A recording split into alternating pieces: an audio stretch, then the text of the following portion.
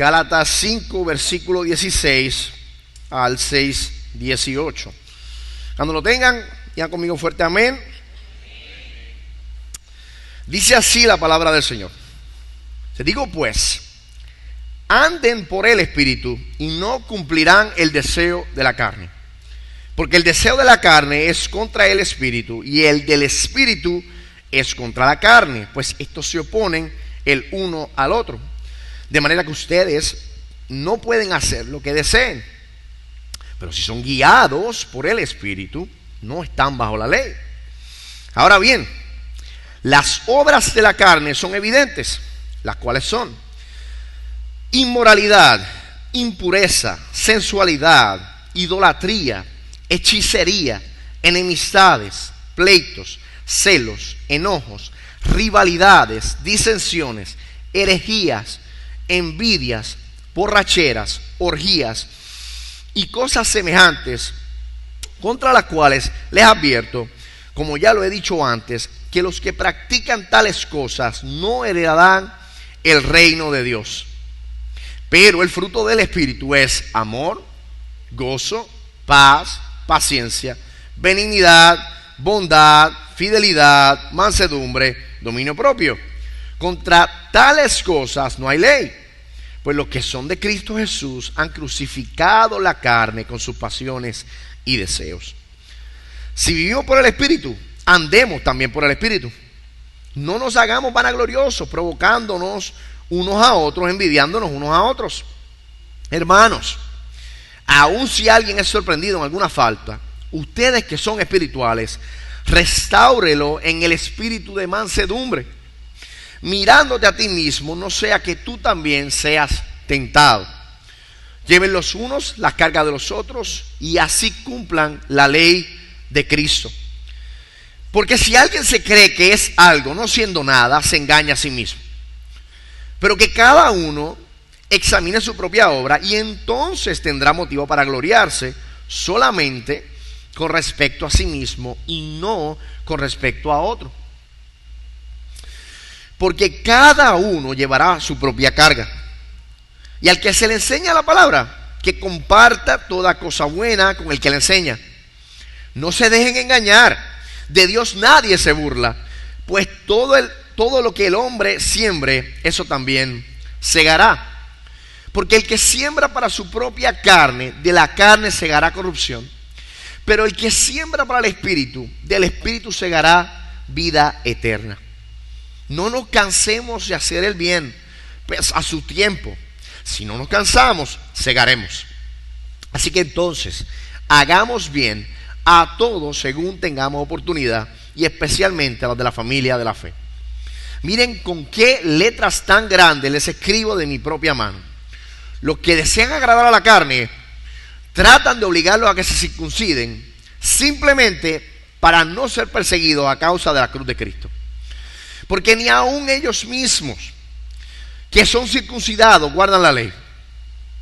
Pero ellos desean hacerlos circuncidar para gloriarse en la carne de ustedes.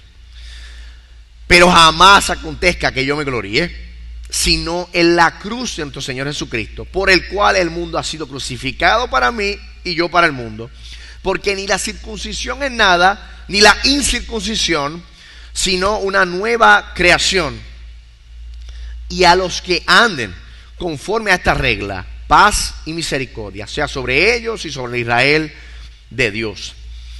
De aquí en adelante, nadie me cause molestias, porque yo llevo en mi cuerpo las marcas de Jesús. Hermanos, la gracia de nuestro Señor Jesucristo sea con el espíritu de ustedes. Amén. Padre Santo, Padre bueno, venimos delante de ti, Señor, con temor y temblor, porque estamos frente a tu palabra, Señor, y no es cosa simple y sencilla hablar los oráculos tuyos y hablar así dice el Señor, sin pensar en que nuestra humanidad no puede entender todo lo que implica lo que tú dices en tu palabra. Así que te rogamos, Señor, que por medio de tu Espíritu Santo tú seas con este servidor, para yo poder hablar la palabra tuya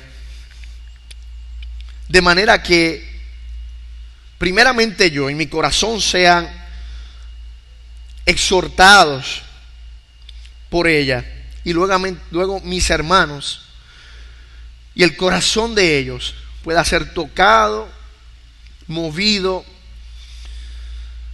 para que actúen de acuerdo a la palabra que ha de ser enseñada hoy, Señor. Ayúdanos, Señor, porque dependemos totalmente de ti. Nada podemos hacer separados de ti, Señor. Ayúdanos, te lo pedimos en el nombre de Jesús y por los méritos de Él. Amén y amén. Pueden sentarse, mis hermanos. En un mundo donde hay múltiples versiones del Evangelio, donde hay muchísimas iglesias, en donde uno puede ir a diferentes lugares y en cada esquina, como dicen por ahí, hay una iglesia, es crucial para nosotros poder discernir en dónde es que se está predicando el Evangelio correcto de Jesucristo. Hay múltiples versiones del Evangelio y todos excepto uno son falsos. Está el Evangelio de la prosperidad, el Evangelio de declarar y decretar, el Evangelio de sanidades y milagros, el Evangelio de la confesión positiva y la superfe, el Evangelio de la psicología humanista. Y todos ellos, los que mencioné ahora, tienden a centrarse en los deseos carnales y egoístas del ser humano. Lo que producen sus discípulos son frutos carnales que los desvían del enfoque en Cristo.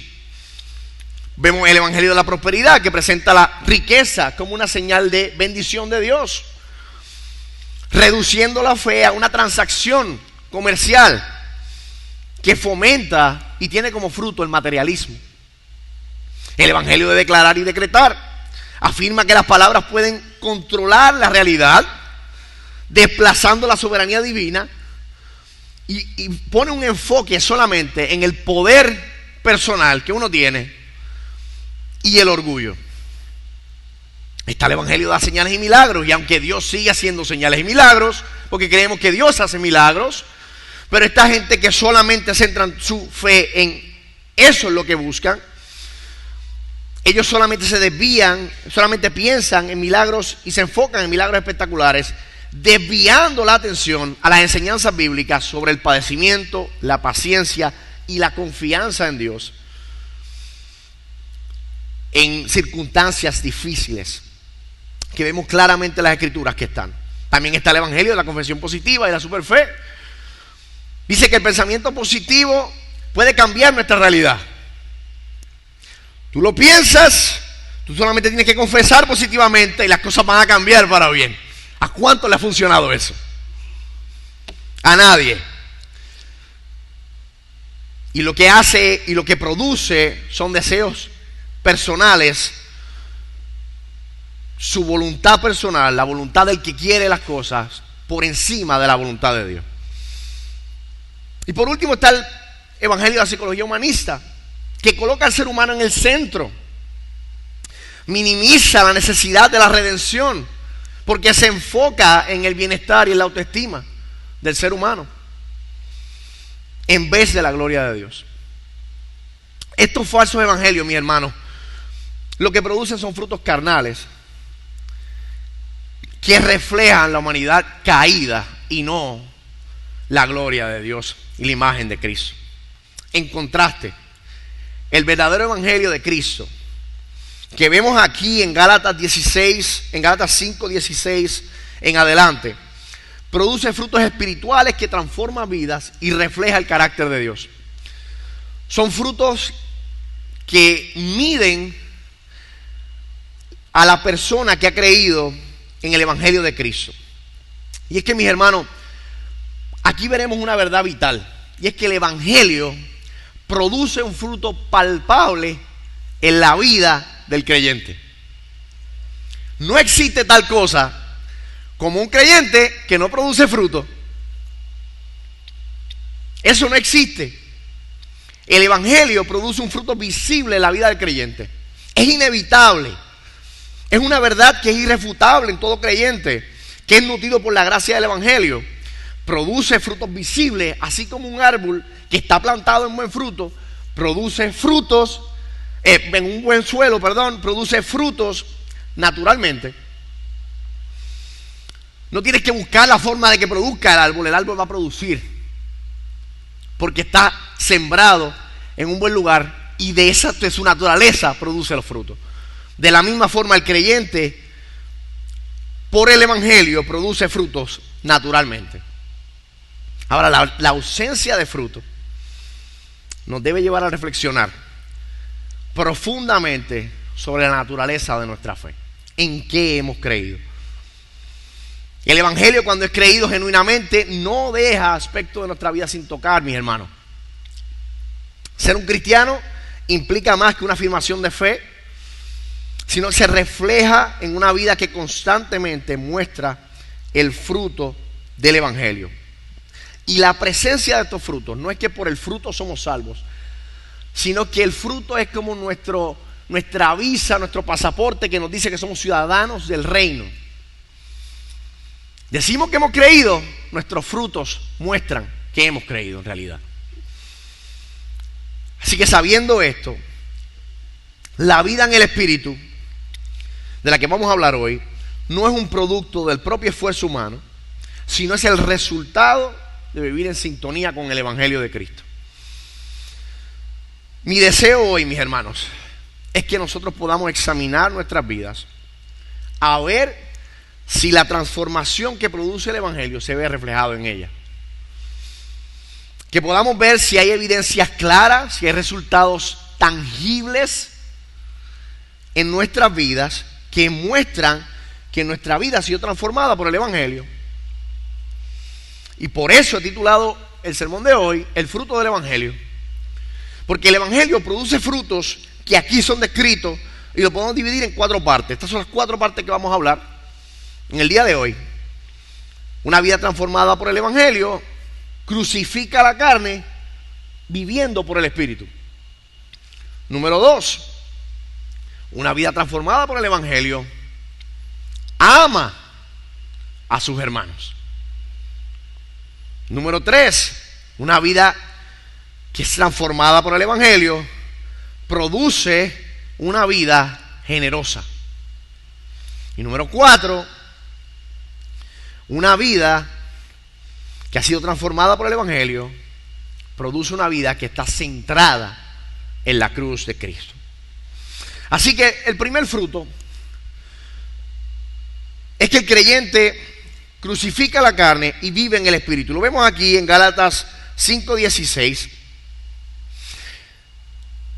Pablo dice, digo pues, anden por el Espíritu. Anden no es otra cosa que caminen, estén, muévanse por el Espíritu y no cumplirán el deseo de la carne. Y es que, mis hermanos, mientras nosotros andemos por el Espíritu, nosotros caminamos por el Espíritu, nosotros no vamos a cumplir el deseo de nuestra carne. ¿Y por qué Pablo dice eso? Pareciera que hay dos hombres en lucha aquí. Y él dice, porque el deseo de la carne es contra el Espíritu y el del Espíritu es contra la carne. Pues estos se oponen el uno al otro, de manera que ustedes no pueden hacer lo que desean. Pero si son guiados por el Espíritu, no están bajo la ley.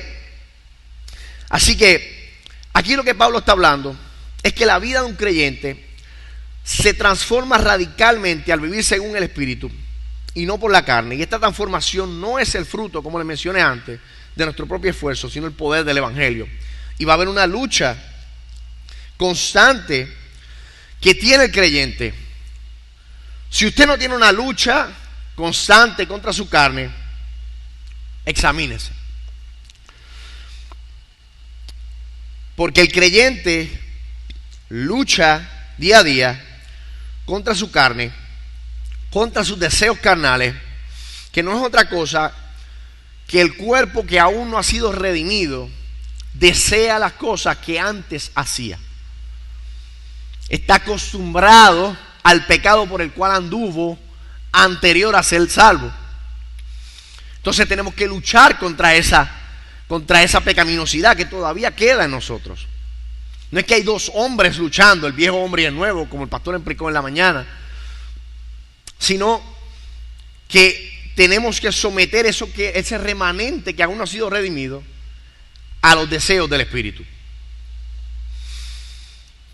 Y es que, mis hermanos, una vida centrada en la carne produce un fruto de la carne. Las obras de la carne, dice Pablo aquí, son evidentes. Las cuales son inmoralidad, impureza, sensualidad. Y cuando habla aquí de inmoralidad sexual, en el griego, es la palabra porneia, viene la palabra pornografía. Y es toda conducta sexual ilícita que incluye la fornicación, adulterio, toda relación sexual fuera del matrimonio. Lascivia, la otra palabra aquí, implica un comportamiento desenfrenado, con una falta de restricción, una conducta escandalosa. Y llegó a asociarse en estos tiempos con una rienda suelta a una conducta sexual de las más bajas. Versículo 20, idolatría, la adoración a ídolos. Y esto se refiere a tener ídolos de madera, ídolos de metal, ídolos de piedra, pero también a cualquier otra cosa que podamos poner en lugar de Dios. Mi hermano, nosotros hacemos ídolos de cuanta cosa hay. Una vida en la carne está asociada por una vida llena de ídolos. ¿Cuál puede ser los ídolos? Su trabajo puede ser un ídolo. Sus hijos pueden ser un ídolo. Su estatus social puede ser un ídolo. Su esposo, su esposa. Calvino decía, nuestro corazón es una fábrica de ídolos que constantemente está construyendo ídolos, y no hacemos nada más que destruir uno y ya el corazón está creando otro. Así que nosotros tenemos que trabajar en contra de eso, y esto es un fruto. Una persona que su vida es evidenciada por la idolatría, por tener ídolos, es una persona que anda en la carne y no en el espíritu. Hechicería también se refiere a la práctica de la magia, la brujería. En tiempos bíblicos esto a menudo implicaba el uso de drogas, sustancias que alteran la mente. Enemistades, pleitos, celos, iras, rivalidades, disensiones, herejías, que no es otra cosa que sectarismos, son tipos de conflictos y comportamientos divisivos que incluyen actitudes, acciones que destruyen la armonía y la unidad, tanto a lo personal como en la comunidad. Y él continúa en el versículo 21, dice: envidias, borracheras, orgías y cosas semejantes a estas, acerca de las cuales os advierto, que ya os he dicho antes que los que practican tales cosas no heredarán el reino de Dios. Y estas palabras, borracheras y orgías, son comportamientos asociados con el exceso y la indulgencia, especialmente en el contexto de fiestas y celebraciones. No nada más es que bebe mucho, sino también un comportamiento desenfrenado, revoltoso, escandaloso. Va más allá de lo que a veces nosotros vemos así a simple vista. Y Pablo concluye con esta advertencia final que dice: y cosas semejantes, ¿verdad? No se limita a esto, no se limita simplemente a estos pecados. Esto no es una lista exhaustiva. Hay otros pecados semejantes a esto, contra las cuales le advierto, como ya los he dicho antes, que los que practican tales cosas no heredarán el reino de Dios. Esto muestra la gravedad de vivir una vida dominada por la carne.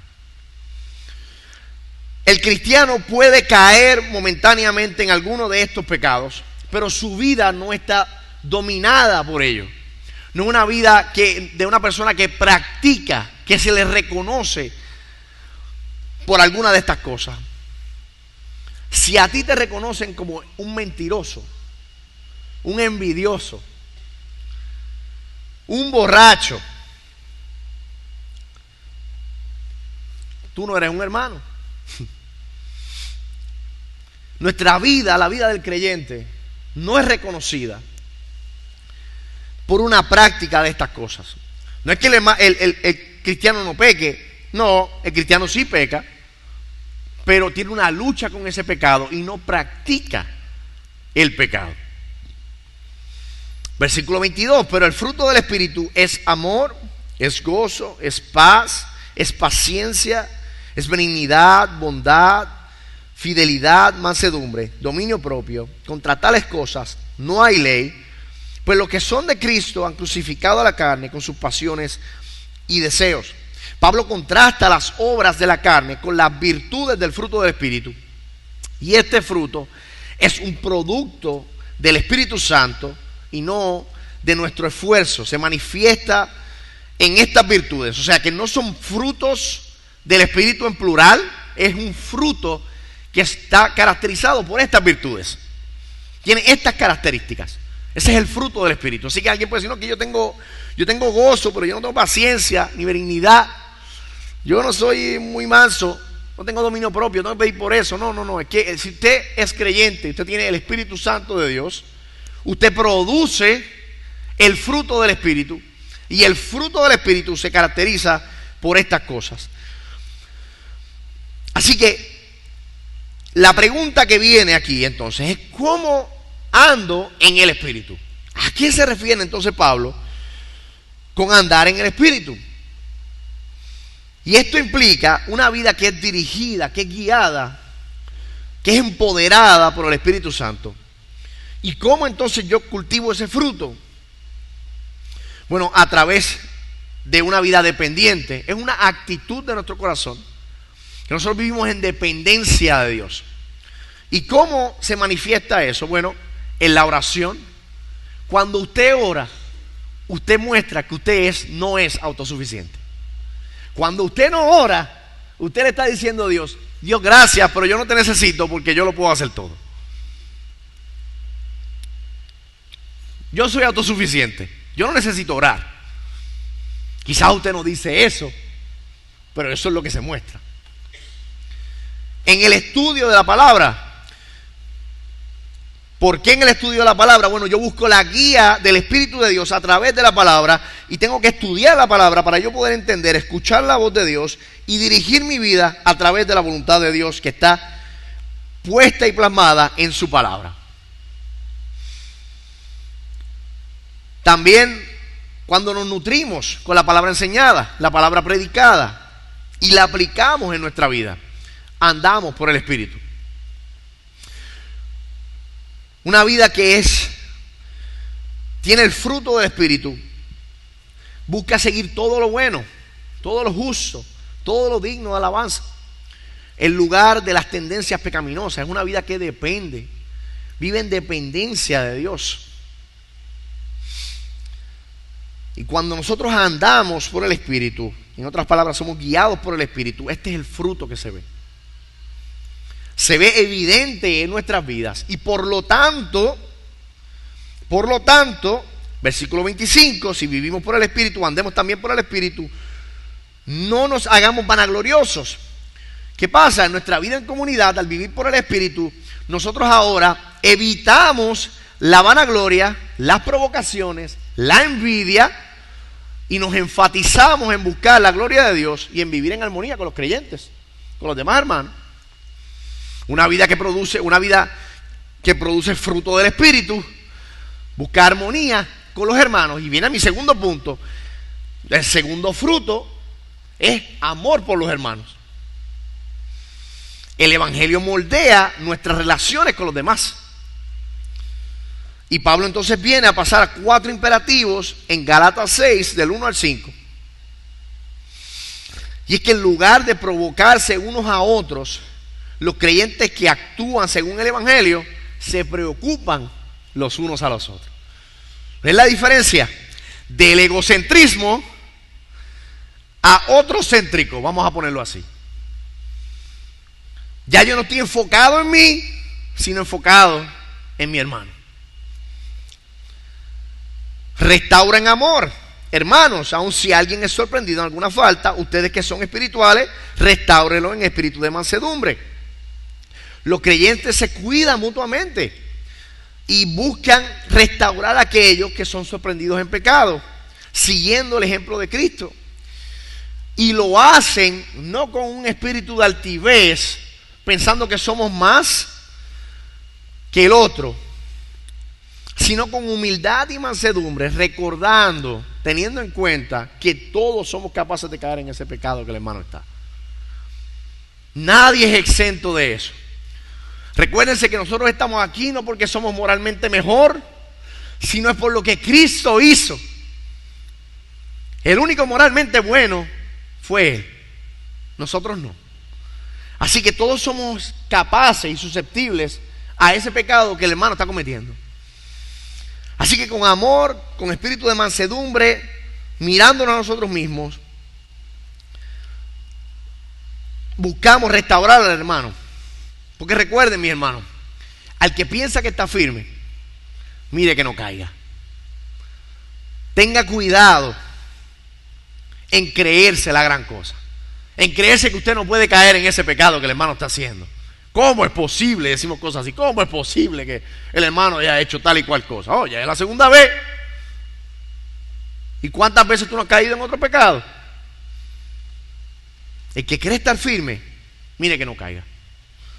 Se restaura al hermano, se busca hablar con el hermano. Claro, no es que se deja sin hacer nada, no, se busca hablar con el hermano. Se busca la restauración del hermano. No se va a dejar así. No es que esto no dice, hermanos, si alguno de ustedes es espiritual, dejen pasar los pecados de los hermanos.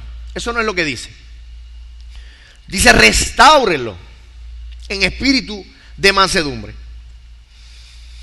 Entonces pasa al versículo 2. Lleven las cargas los unos de los otros y cumplan así la ley de Cristo. ¿Cuáles cargas está hablando aquí?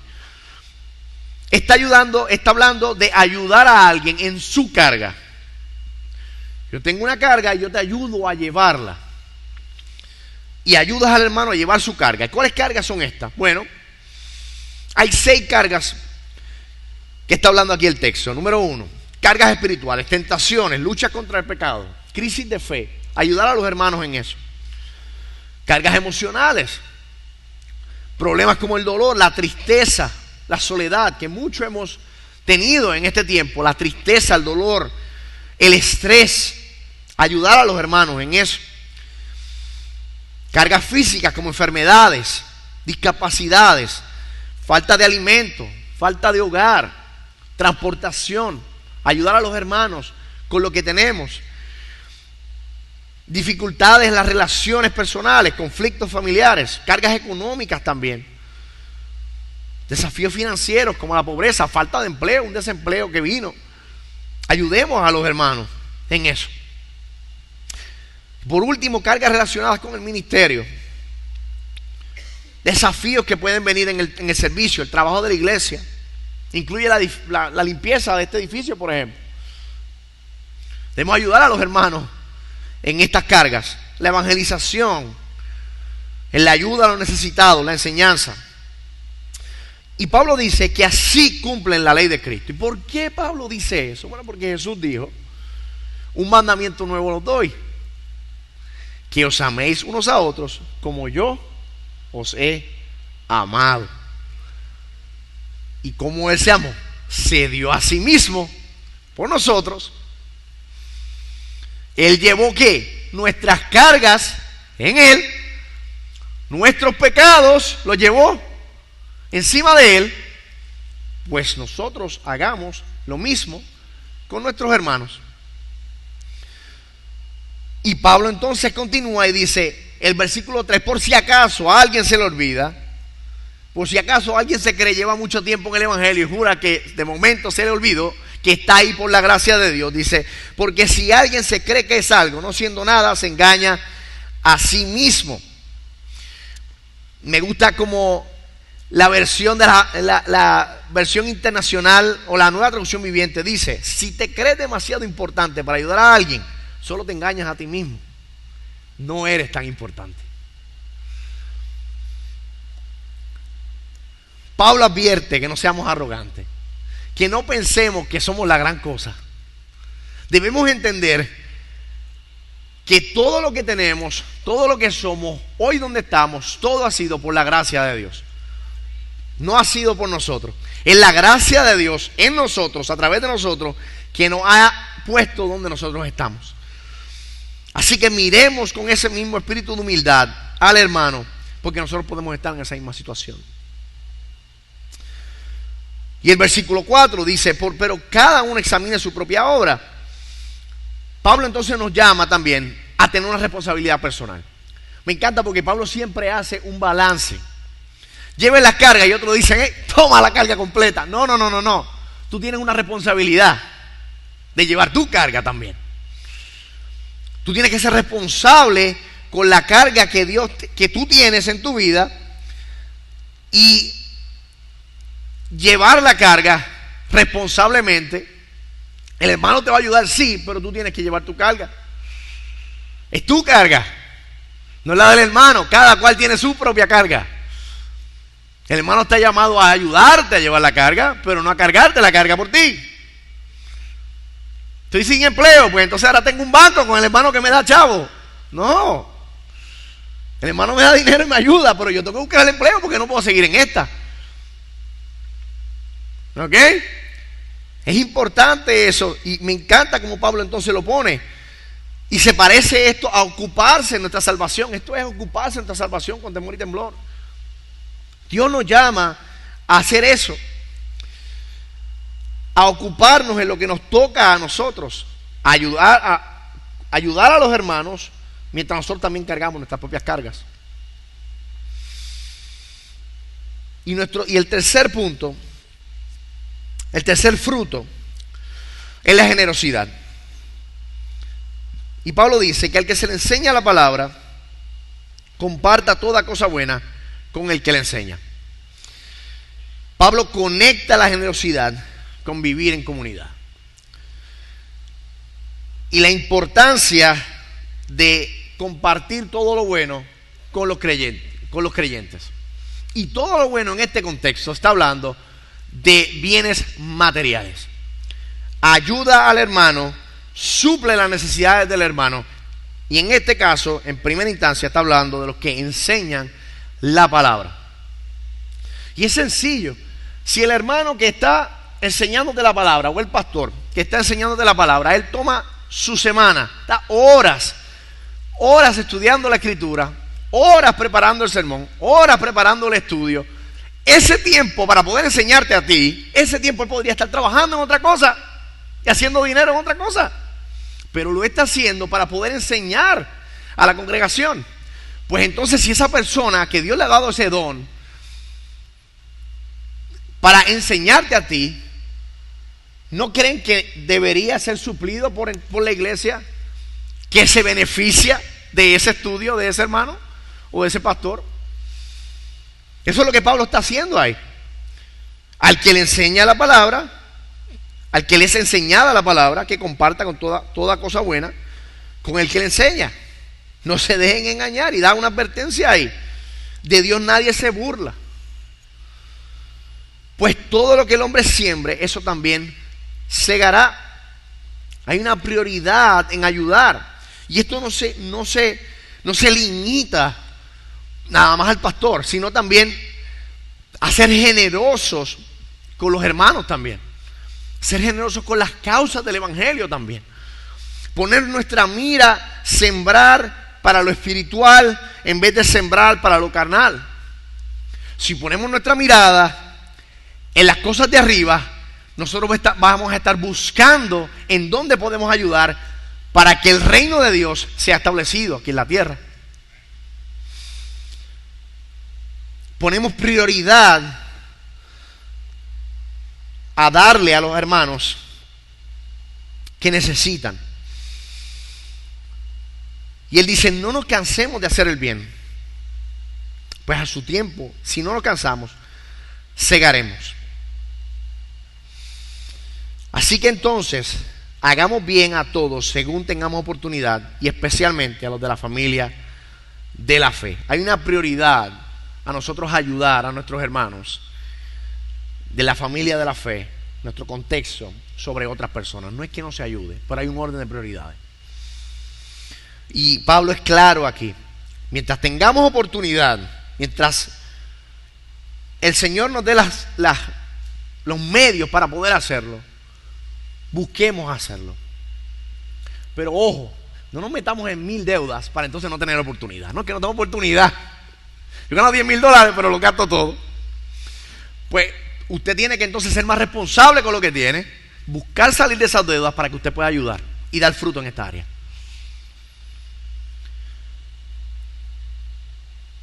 Hagamos el bien a todos, según tengamos oportunidad. Y el cuarto fruto del Evangelio es una vida que vive centrada en la cruz de Cristo. ¿Y qué significa esto? Bueno, es vivir muriendo a las cosas del mundo y a nosotros mismos para vivir completamente para Cristo. Y Pablo cierra su carta hablando de unos conceptos principales, dando como un resumen a lo que él lleva hablando en toda la carta, en estos 6 capítulos. Y él comienza a decir: miren con qué letras tan grandes les escribo de mi propia mano. Estos mensajes finales te los estoy escribiendo en bold, en negrita, en caps grandes, para que lo entiendan. Ahí está. Los que desean agradar la carne tratan de obligarlos a que se circunciden, simplemente para no ser perseguidos a causa de la cruz de Cristo. Él reprende a estos judíos judaizantes que, por evitar la persecución, estaban obligando a cumplir la ley. Porque cuando vemos la parte de circuncidarse, no es otra cosa que cumplir la ley como medio de agradar a Dios. Entonces Pablo los critica a ellos por evitar la persecución, porque dicen: esto es lo que ellos quieren en realidad. Ellos ni siquiera cumplen la ley, ellos no la guardan. Ellos lo único que desean es gloriarse en ustedes, en decir ellos: mira mis discípulos aquí, estos son mis discípulos prosélitos, yo los judaicé, míralos aquí. Y esa es una vida de la carne que vive egocéntricamente, buscando gloria para él mismo. Pero en contraste, Pablo dice: no, yo no busco, lejos esté de mí el gloriarme. Yo me glorío en la cruz de Cristo, en lo que Cristo hizo por mí. Y esto es una expresión, cuando dice gloriarse en la cruz, es una expresión de gratitud y compromiso con el sacrificio de Cristo, que reconoce que la salvación y la justificación ante Dios proviene únicamente de su obra redentora y no de su logro o prácticas, ritos humanos que pueda hacer. Y él dice: por el cual el mundo ha sido crucificado para mí y yo para el mundo. En versículo 14, Pablo lo que está diciendo aquí es que ya él no valora lo que el mundo valora. Lo que el mundo ve como importante, él lo considera sin valor. Y lo que el mundo desprecia como la cruz, para él es lo más valioso. Y así rechazando y desligándose completamente del mundo. Una vida que es transformada por el Evangelio, vive una vida cruzcéntrica, que sus valores han cambiado, sus valores ya son totalmente distintos al mundo. Son opuestos. En este tiempo, cuando él hablaba: yo me glorío en la cruz de Cristo, estamos hablando, ahora en este tiempo todo el mundo lleva un crucifijo. Hasta los locos, maleantes, cualquiera lleva un crucifijo por ahí. Pero en aquel tiempo, llevar la cruz, llevar un crucifijo ahí, eso era un producto de desprecio. ¿Pero qué tú estás haciendo? Es algo desagradable. Entonces Pablo está diciendo: a mí me complace y me glorío en eso que para ustedes es desagradable. Eso para mí es todo. Porque Cristo tuvo que morir desagradablemente para salvarme a mí. Y termina él: porque ni la circuncisión es nada, ni la incircuncisión, sino una nueva creación. No hay práctica, es irrelevante si eres circuncidado, sigue la ley de Moisés, o no, eres gentil. Lo que importa es una nueva creación. Y las palabras finales dice ya: a los que anden conforme a esta regla, paz y misericordia sea sobre ellos y sobre Israel de Dios. A mí me gusta como la Nueva Traducción de la Viviente lo dice. Él dice en el versículo 16, dice: que la paz y la misericordia de Dios sean con todos los que viven según ese principio. Ellos son el nuevo pueblo de Dios. O sea, no es el judío que es de nacimiento, no es el judío que sigue la ley de Dios para buscar su propia justicia, sino son los que siguen la ley de Cristo, los que han creído el Evangelio. Estos son el verdadero Israel de Dios. Todos nosotros, iglesia, compuesta de judíos y gentiles que han creído en Cristo, somos el Israel de Dios. Y Pablo finaliza entonces en el versículo 17: de aquí en adelante nadie me cause molestias, porque yo llevo en mi cuerpo las marcas de Jesús. Si a ustedes les impresionan, Gálatas, las aflicciones corporales por causa del Señor, en contraste con la circuncisión, le dice: fíjense bien en las marcas que yo llevo en mi cuerpo por todas partes, por la persecución que he recibido. Todos los latigazos, todas esas cicatrices están ahí. No me sigan molestando con este asunto. Yo sé lo que les estoy diciendo, lo que le está diciendo Pablo. He vivido en carne propia lo que estoy diciendo. Créanme, porque si eso no fuese así, yo no hubiera recibido persecución como la he recibido por causa de la verdad. Yo llevo en mi cuerpo las marcas de que yo soy un verdadero hijo de Dios, seguidor de Jesucristo. Y concluye de manera, el versículo 18, como resumen, con el Evangelio de la gracia. Hermanos, la gracia de nuestro Señor Jesucristo sea con el espíritu de ustedes. Amén. Pablo termina enfatizando que la presencia y la transformación de los creyentes no se debe a su mérito, sino a la gracia de Dios a través del Evangelio. Así que, mis hermanos, al concluir Gálatas, nos encontramos con una verdad transformadora y liberadora. Y es que el Evangelio no es simplemente una entrada al cristianismo, sino que es el fundamento continuo y el motor de nuestras vidas en Cristo. Alguien dijo: el Evangelio es el trampolín por el cual nos adentramos a la piscina de verdades teológicas.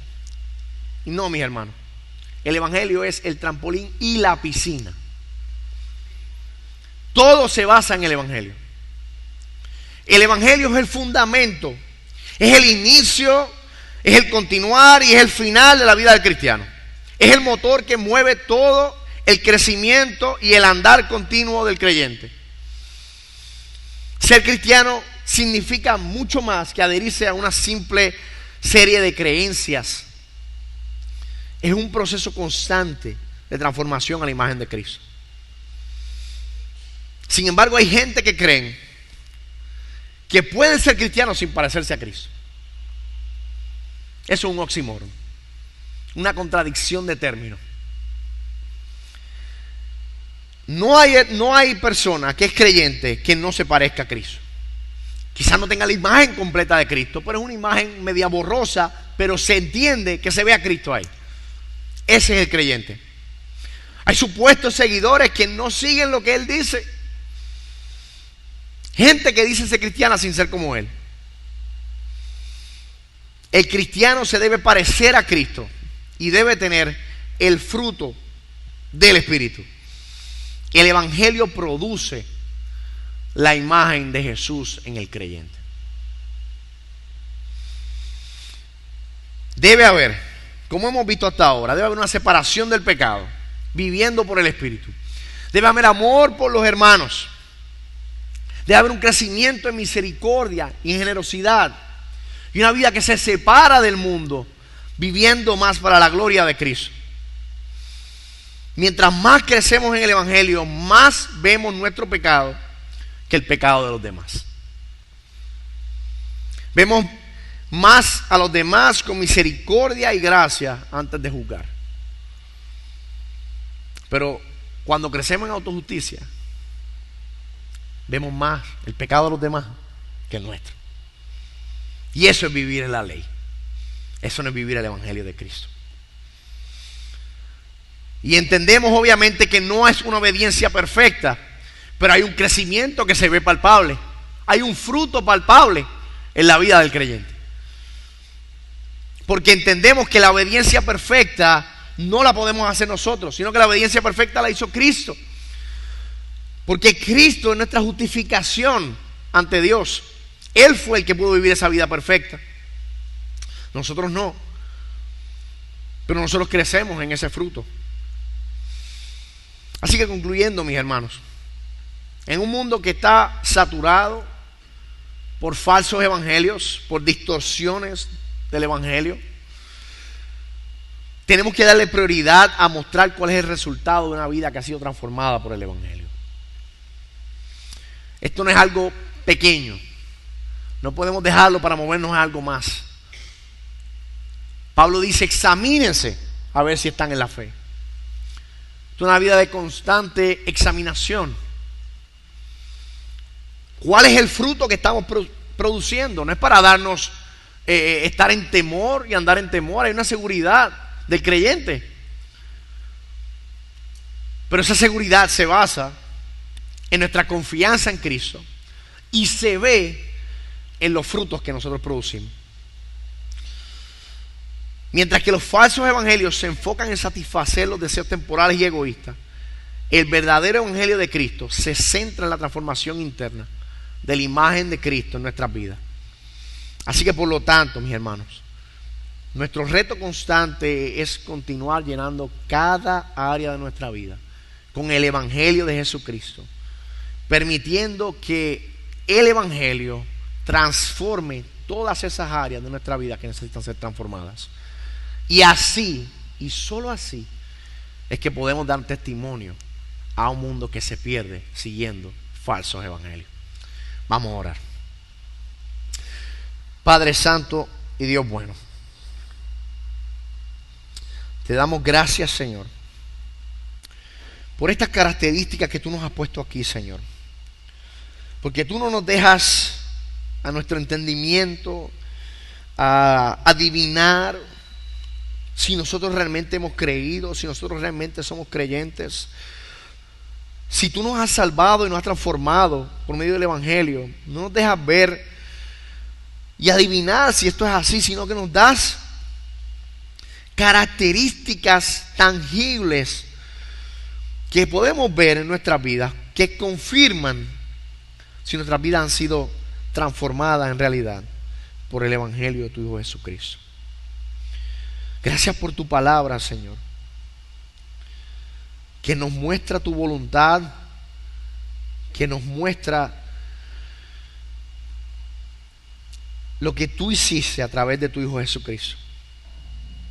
Y gracias por este libro que hoy culminamos, esta carta a los Gálatas, que por el mal de estos hermanos que se desviaron del evangelio tuvo que ser escrita, y para nosotros es un tesoro en el que podemos ver el verdadero evangelio por la fe en tu Hijo Jesucristo y la gracia tuya. Gracias nuevamente, Señor, por este tiempo, Señor, porque tu palabra nos redarguye, y ayúdanos, Señor, a no ser oidores olvidadizos, sino hacedores de tu palabra. Ayúdanos, Señor, y que la gracia de nuestro Señor Jesucristo sea con nosotros. Amén.